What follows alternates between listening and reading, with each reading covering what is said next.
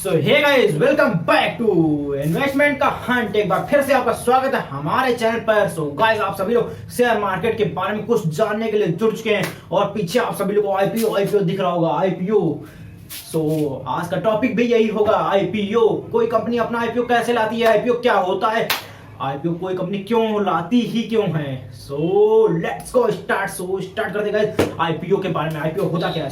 पहले आईपीओ का नाम जानिए। पूरा आईपीओ का पूरा नाम क्या होता है? आईपीओ का नाम इनिशियल पब्लिक ऑफरिंग। जी हाँ गाइस, आईपीओ का नाम इनिशियल पब्लिक ऑफरिंग होता है। एंड गाइस, कोई कंपनी आईपीओ क्यों लाती है, पहले मैं आपको बता देता हूँ। एक चीज और लिखी है नीचे, सेबी क्या होती है। जी हाँ गाइस, जैसे कि आप किसी भी शेयर मार्केट में पैसा किसी भी कंपनी पे लगाते हैं, बहुत सारे फ्रॉड होते हैं। आप सभी लोग बहुत सारे फ्रॉड देख चुके हैं, बहुत सारे फ्रॉड को जान चुके हैं। इसीलिए सेबी को गठित किया गया। सेबी एक ऐसी संस्था है जो कि इन फ्रॉड को निगरानी रखती है कि कोई फ्रॉड ना कर सके, किसी भी प्रकार का ऑनलाइन फ्रॉड ना हो सके किसी भी।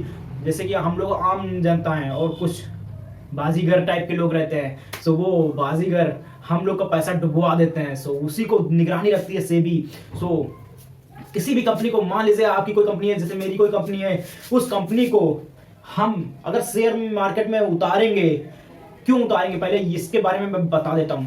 जैसे कि कोई कंपनी, जैसे मेरी कंपनी है, मुझे अगर कि पैसे की जरूरत होगी, मुझे अपनी कंपनी को ग्रो करना है, मुझे पैसे की जरूरत होगी, तो मैं अपनी कंपनी को शेयर मार्केट में उतारूंगा। जैसे पब्लिक मुझे पैसे देगी और मैं अपनी कंपनी में लगाऊंगा और ग्रो करेंगे, तो हम सब लोग साथ में ग्रो करेंगे। और जैसे कि मेरे साथ 2-3 और इन्वेस्टर हैं, मगर वो अपना पैसा कंपनी से निकालना चाहते हैं, मगर मेरी कंपनी की वैल्यूएशन और कैपेसिटी सेबी के हिसाब से पूरी हो चुकी है, तो मैं अपनी कंपनी को शेयर मार्केट में लिस्ट कर दूंगा और इनके पैसे इनको वापस कर सकता हूं। जो बाकी जो इन्होंने लगाया था वो मैं पब्लिक से भी ले सकता हूं।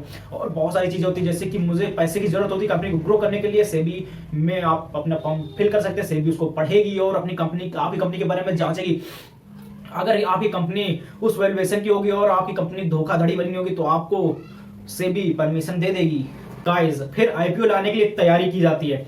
आईपीओ लाने के लिए तैयारी में पहले हम किसी बैंक को पकड़ते हैं। जी हाँ गाइस, बैंक को क्यों पकड़ते हैं उसको भी मैं बताऊंगा। पहले अब मैं और कुछ बता देता हूँ।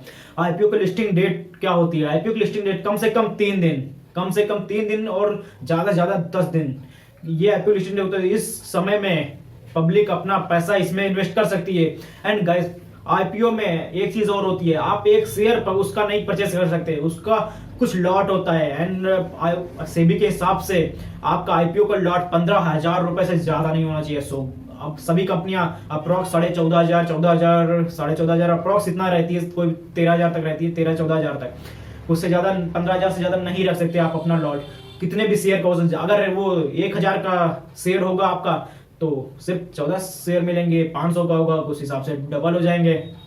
एंड 100 रुपए का शेयर होगा तो उस हिसाब से ऐसे बढ़ते रहेंगे। शेयर का आप क्वांटिटी बढ़ा सकते हैं, बट रेट उतना ही रहेगा। 14,000 रुपए में जितने आपका लॉट बनेगा उतना ही रहेगा।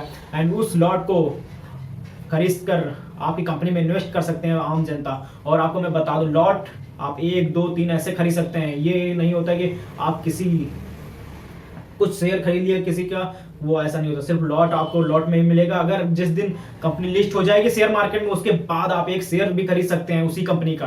बट आईपीओ में आप लॉट में ही शेयर खरीद सकते हैं जो कंपनी ने डिसाइड करके रखा है।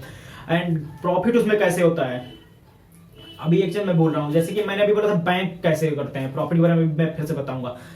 बैंक क्यों ऐड करते हैं? जैसे कि मेरी कंपनी में किसी बैंक के द्वारा आईपीओ लिस्ट करूंगा, तो जैसे कि मुझे 1,000 करोड़ रुपए चाहिए, 1,000 करोड़ रुपए मुझे नीड है शेयर मार्केट से, इन्वेस्टरों की से, कि मुझे 1,000 रुपए मेरी कंपनी के लिए चाहिए कोई भी काम के लिए, तो मैं उस 1,000 रुपए का आईपीओ लेके आऊंगा। अगर पूरी पब्लिक ने मेरा खरीद लिया 700 करोड़ रुपए का, बचे 300 करोड़। 300 करोड़ कहां से आएंगे?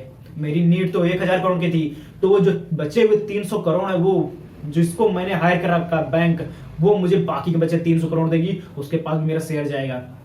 मैं अपनी कंपनी का 20% अगर शेयर निकालूंगा, तो उस हिसाब से 700 करोड़ रुपए का जितना शेयर बनता है, जितना परसेंटेज बनता है, वो जनता के पास जाएगा और बाकी का हम बैंक के पास जाएगा। मेरे पास 1,000 करोड़ आ जाएंगे और मेरे जो 20% शेयर मैंने निकाले वो बढ़ जाएंगे लोगों तक। सो मेरी नीड पूरी हो जाएगी। एंड गाइस, इसमें और भी होता है एक चीज, कैसे प्रॉफिट होता है। जैसे कि मेरी कंपनी में 700 करोड़ रुपए लगाया, अगर मेरी ऐसी कंपनी है कि मैं आगे ग्रो नहीं करूंगा, मतलब कि नीड नहीं है। जैसे कोविड है, कोविड में सिर्फ 2 साल की जरूरत थी, सैनिटाइजर, मास्क और बहुत सारी चीजों की। अगर मेरी कंपनी उसी बेस पे होती तो मैं कोविड की शुरुआत में आईपीओ लाता तो बहुत ज्यादा मेरी ग्रो हो जाता, मगर अब कोविड के बाद अब क्या होगा, कुछ नहीं होगा, मेरी कंपनी डाउन जाती रहेगी, शेयर के प्राइस कम हो जाएंगे। इसलिए आप किसी भी कंपनी को परचेज करेंगे तो आप खुद सोच समझ के परचेज कीजिए, क्योंकि उसके भविष्य में वो कंपनी कहां तक जाएगी, तभी उसका आईपीओ परचेज कीजिए, तब जिससे आपको प्रॉफिट हो ज्यादा।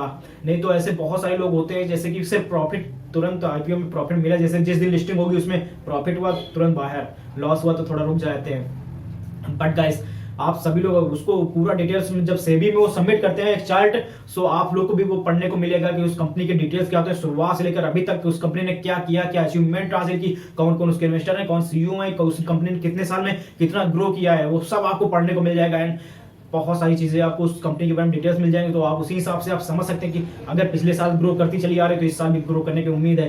एंड इसमें ओवर सब्सक्रिप्शन भी हो जाता है। जी हाँ गाइस, आप लोग को जरूरी नहीं कि आपने लॉट बुक किया तो आपको लॉट मिल जाए।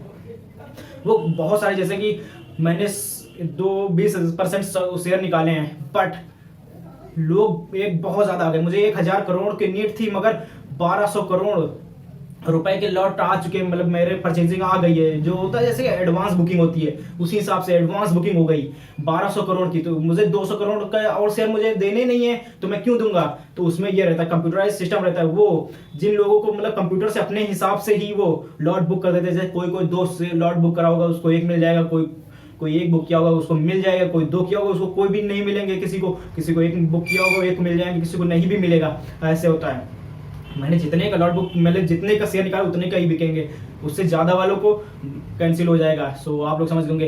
एंड अगर कंपनी प्रॉफिटेबल है तो लिस्टिंग के दिन से ही बहुत ज्यादा प्रॉफिट करेगी, और ज्यादा सब्सक्रिप्शन पर कंपनी प्रॉफिट पे ही लिस्टिंग भी करती है। आप लोग ये समझ लीजिएगा, अगर आईपीओ में आप पैसा लगाते हैं तो जितने ज्यादा गुना सब्सक्रिप्शन होगा उतना ज्यादा उसका लिस्टिंग के डेट में गेन होगा। यहाँ गाइस, सो आप सभी लोग किसी भी कंपनी को देख सकते हैं, जितना ज्यादा सब्सक्रिप्शन उतना ज्यादा गेन परसेंटेज, आपको तुरंत पैसे रेट मिल जाएंगे। आपके 14,000 से 16,000 20,000 तक भी बन सकते हैं, इतना ज्यादा गेन भी परसेंटेज मिल जाए। 100 का शेयर, मगर एक मान लीजिए एक शेयर मैंने 100 रुपए का रखा है, उसमें लॉट में जो भी हो वो शेयर 100 रुपए की जगह 150 रुपए का लिस्ट हुआ, तो आप लोग समझ सकते होंगे कितना हो जाएगा। सो अब मैं आगे और बताता हूँ प्रॉफिट के बारे में। मतलब प्रॉफिट तो आपको मैं बता दूं कैसे प्रॉफिट होता है, मगर 10 दिन बाद मेरा जो लिस्ट हो जाएगी कंपनी, उसके बाद मेरा शेयर मार्केट में जैसे ये सारी कंपनियां चल रही हैं वैसे ये सब आईपीओ के जरिए आई हैं, तो मेरी भी ऐसी नॉर्मल चलती रहेगी। उसमें से परचेजिंग होगी, सेल होगा, बाई सेल सब कुछ होगा, नॉर्मल मेरा चलता रहेगा। कोई परचेज करेगा, कोई नहीं परचेज करेगा। सो आप सभी लोग को आईपीओ थोड़ा बहुत समझ में आ गया होगा गाइस। एंड गाइस, आप सभी लोग आईपीओ के बारे में थोड़ा बहुत समझ चुके होंगे। आईपीओ क्या होता है, आईपीओ में क्या करते हैं, आईपीओ को सेबी कैसे लेती है, और आईपीओ का मेन मकसद ही होता है किसी कंपनी का शेयर मार्केट में लिस्ट होना। जी हाँ, और कंपनी की चॉइस रहती है, वो बीएससी में जाती है, एनएससी में जाती है, उसको बॉम्बे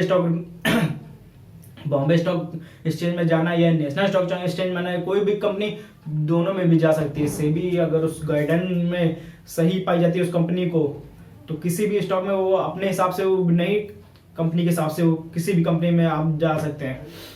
सो गाइस, आप सभी लोग समझ गए होंगे किसी कंपनी का आईपीओ लिस्टिंग का मेन मकसद क्या होता है। उसको पैसे की नीड होती है तो वो अपना आईपीओ लिस्ट करता है, एंड वो फिर उसके बाद शेयर मार्केट में आ जाता है। एंड गाइस, कुछ कंपनियां फंस भी जाती है, जैसे कि सहारा इंडिया अपना आईपीओ लिस्ट करने चली थी बेचारी, उसके ऊपर सेबी ने पूछ लिया कहां से ये पैसा आया है, बस उसके बाद तो सहारा के मालिक जेल में इधर उधर टहल रहे हैं, मगर कंपनी ही आईपीओ नहीं आ पाया, ना लिस्ट हो पाया। सभी लोगों को आईपीओ के बारे में थोड़ा बहुत नॉलेज हुई हो तो लाइक कमेंट शेयर सब्सक्राइब करें, एंड चैनल पर नए चैनल को सब्सक्राइब कर बेल आइकन प्रेस करें। So like comment share subscribe, tata bye bye, जय हिंद जय भारत।